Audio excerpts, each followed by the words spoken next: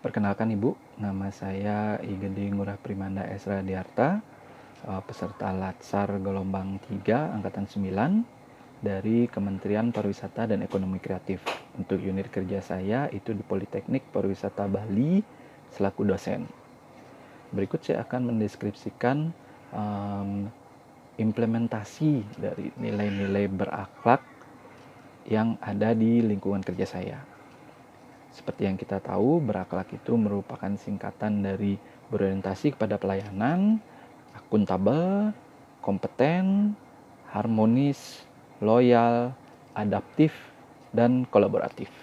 Jadi semua sifat itu, semua nilai itu tidak bisa dipisahkan satu sama lain dalam prakteknya di lingkungan kerja saya.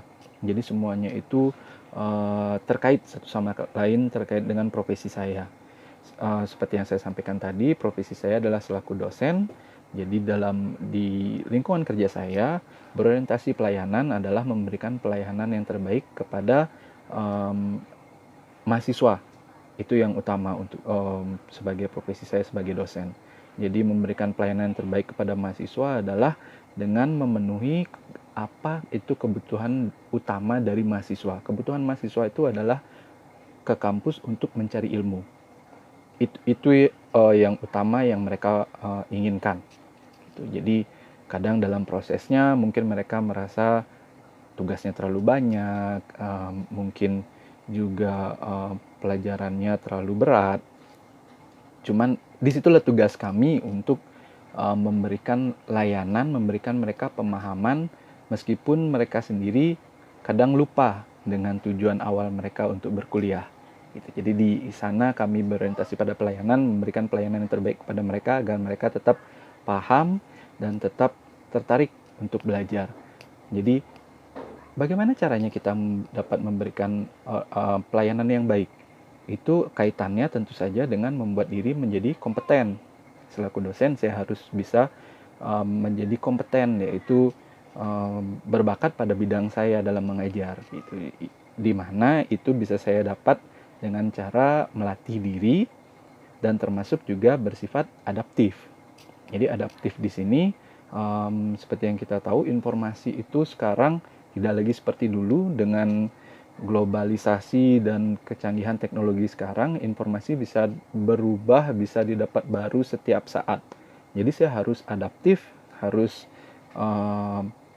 up to date istilahnya dalam mengajar gitu. Jadi pelayanan yang saya berikan pun dapat sesuai dengan kondisi saat ini gitu. Jadi mahasiswa pun bisa menerima informasi-informasi terkini. Dan selain itu juga harus ada itu bisa didapat juga dengan kolaboratif. Jadi dengan saya berdiskusi, kemudian bekerja sama dengan dosen-dosen lainnya, saya bisa meningkatkan kualitas pengajaran saya sebagai pelayanan.